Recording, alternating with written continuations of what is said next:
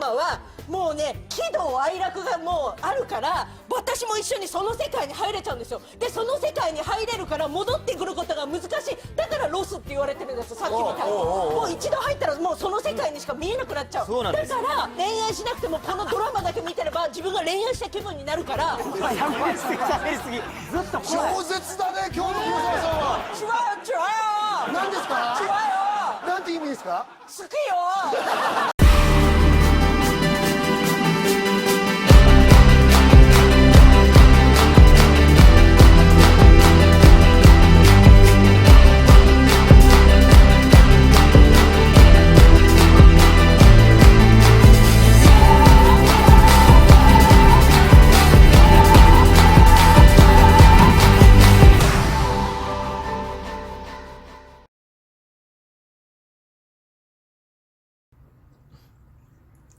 안녕하세요. 정치를 품격 있게 풀어드리는 정치클래스TV의 심상만입니다.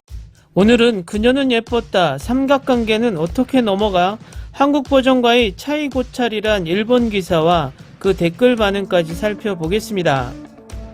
일본의 K-드라마의 열풍으로 인해서 일본에서는 계속되는 한국 드라마 리메이크 버전을 시도하고 있습니다. 지금까지 아는 와이프, 그녀는 예뻤다, 보이스, 시그널, 미생, 미안하다 사랑한다 등 많은 작품의 리메이크를 시도하고 있습니다. 얼마 전에는 일본에서 리메이크해 주었으면 하는 한국 드라마 베스트 10을 발표하기도 했는데 이 순위를 보면 3위 도깨비, 2위 이태원 클래스를 제치고 1위는 박서준 주연의 김비서가 왜 그럴까가 차지할 정도로 한국 드라마를 리메이크해달라는 일본 K-드라마 팬들이 많이 있습니다. 그러나 앞서 말했던 한국 드라마를 리메이크했던 일본이 큰 성과를 내지 못하고 있어 그 이유에 대해 많은 분석을 하고 있습니다. 일단 이에 관한 일본 기사를 먼저 살펴보겠습니다. 나카지마 켄토가 주연을 맡은 그녀는 예뻤다가 첫 회부터 2주 뒤까지 관련 단어가 트위터의 트렌드에 진입하는 등 주목을 받고 있습니다. 어릴 때 제색겸비했던 사토는 무지개 따분한 생활을 하는 여자로 뚱뚱하고 왕따입니다. 하세베 소스케는 미남 엘리트로 변모한 모습으로 두 사람이 제의로 시작하는 착각과 엇갈린 사랑을 그린 인기 한국 드라마의 리메이크 작품입니다. 원작인 한국판에서는 이태원 클래스가 계기가 되어 일본에서 일약 유명해진 박서준과 수많은 러브 코미디의 주연을 장식한 황정음이 주연을 맡아 최고 시청률 19.7%를 기록하며 동시간대 드라마에서도 1위를 독주했습니다. 2015년 MBC 연기대상에서 식관왕에 빛나는 등 한국에서 화제가 된 작품입니다. 일본과 한국에서 제작된 드라마의 가장 큰 차이점은 드라마의 길이인 것입니다. 지금까지 일본에서 리메이크된 작품을 말하면 2018년 드라마 10회가 방송되어 2021년에는 스페셜 드라마가 방송되고 영화화도 된 한국명 시그널의 한국 오리지널 버전은 전 16화, 현재 두 번째 시즌이 방송되는 한국명 보이스는 한국 원작은 16화, 12화, 16화로 제3시즌까지 방송된 현재 네 번째 시즌이 방송되고 있습니다. 한국판은 스토리가 긴 만큼 주인공들은 물론 주위의 캐릭터의 배경도 세세하게 그려집니다.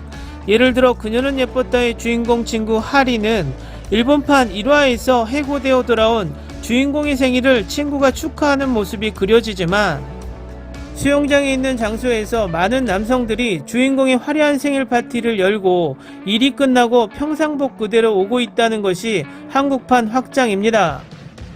일본 기사는 한국 작품은 장편이기 때문에 디테일을 잘 묘사하지만 일본판은 짧아서 디테일한 표현이 어렵다라고 말하며 한국 작품의 일본 리메이크가 성공하지 못하는 이유를 말합니다.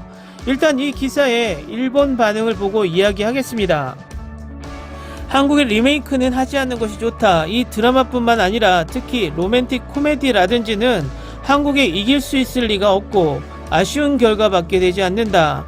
한국의 배우는 스타일과 근육, 아름다움도 있고 여배우의 연기도 풍부하게 잘 표현. 황정음 씨는 작품에 따라 전혀 다른 이미지를 보이고 있고 깊은 연기도 할 수 있어 재미있다. 그녀는 예뻤다 같은 재미있는 드라마의 리메이크는 특히 유감이다. 애당초 무리가 있다. 주인공은 미남이라고 생각합니다. 하지만 이 드라마 주인공은 아니다. 그야말로 미우라 하루마 같은 배우가 연기해야 한다.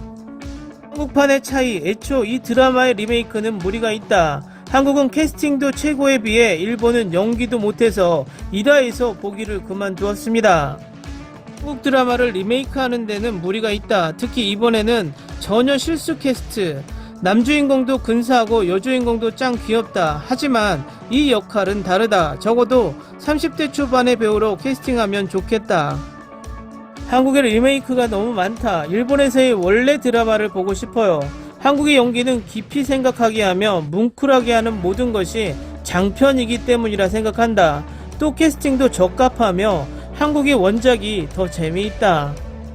시야가 부족한 장면이나 꽃병에 물을 마시는 장면 등 명장면이 지금 하나도 없다.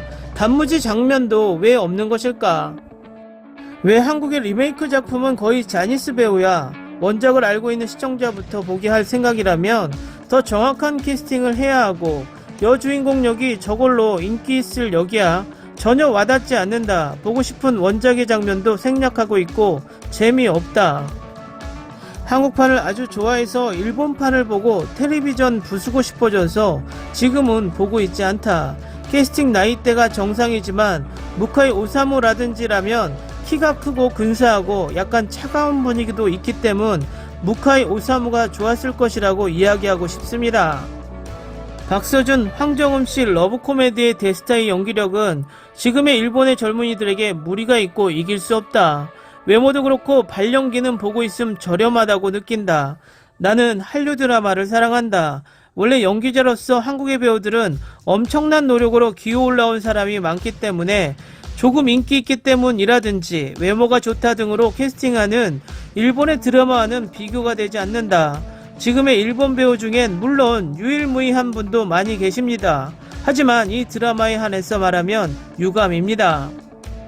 한국판을 먼저 봤기 때문에 누구의 팬도 아니지만 비교해버립니다. 압도적으로 연기력의 차이가 있다. 일본판의 배우의 실력 부족이 눈에 띕니다. 불쌍하지만 여주인공의 역할분은 특히 한국 배우가 능숙했기 때문에 비교되기 때문에 리메이크하지 않는 것이 좋습니다. 한국판 본 사람으로 보면 너무 별로. 우선 나카시마 켄토는 역부족, 조연 배우도 아웃, 필사적으로 한국 흉내내고 있는 느낌이지만 보고 있으면 불쌍. 일본 배우 모두에게 말할 수도 있지만 모두 아이들이 어른을 연기하고 있다. 단순히 일본 드라마라면 이런 기분은 안 된다고 생각한다. 그녀는 예뻤다의 원작도 물론 보고 있습니다만 최근에 리메이크에서 꽤 분투하고 있다고 생각합니다. 원작 팬들이 많은 시청률을 주춤하게 하고 있지만 여기에 점점 나카지마 씨의 아름다움이 나오고 주인공 두 사람의 사랑뿐만 아니라 네 사람의 사랑, 우정 그리고 일, 뜨겁게 되는 전개라고 생각하기 때문에 매우 기대하고 있습니다. 먼저 전체에서 다르다고 생각한다. 한국의 배우들은 사물을 잘 알고 있기 때문에 신체가 단련되어 있고 드라마에 초점 맞춰 캐스트를 만들어내고 있는데 그런 것을 일본 배우가 할 수 있을 리가 없다. 너무나 서툰 배우들만 있어서 기가 막혔지만 이번에도 실력이 없는 사람에게 무리한 연기를 시키는 것은 방지합시다. 댓글 반응 잘 보셨나요? 일본은 K-팝을 분석하는 것과 같이 한국과 일본의 차이를 구조적인 문제로 모두 치부해 버립니다. 실질적으로는 기본 베이스의 수준 차이를 깨닫지 못하고 엉뚱한 다리만 긁고 있는 모양입니다.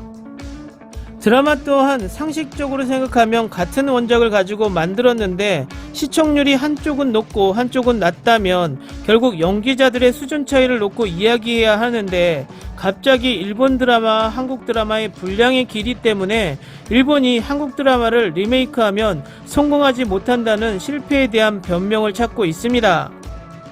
이것은 미국에서 요즘 히트를 하고 있는 굿닥터가 같은 한국 드라마를 리메이크를 했는데 일본 굿닥터보다 미국의 굿닥터가 더 높은 시청률을 보였다는 것이 객관적인 비교를 할 수 있을 것이라 생각합니다. 일본은 드라마 또한 그들만의 갈라파고스화 때문에 거의 모든 주인공들을 연기 전공이 아닌 아이돌 출신 배우를 쓰고 일본 특유의 몇십 년 동안 변하지 않는 만화 캐릭터 같은 과장된 연기 때문에 처음 볼 때는 신선해 보이고 재미있지만 드라마를 더 볼수록 그 드라마가 그 드라마 같은 생각을 하게 만듭니다. 기사를 보면 일본의 소위 전문가의 분석은 일본 일반인 댓글보다 못한 분석을 하고 있습니다.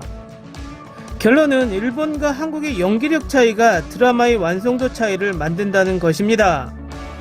오늘은 여기까지 하겠습니다. 오늘도 생활 속 거리두기 꼭 실천합시다. 당신의 구독과 좋아요는 저에게 큰 힘이 됩니다. 항상 시청해주셔서 고맙습니다.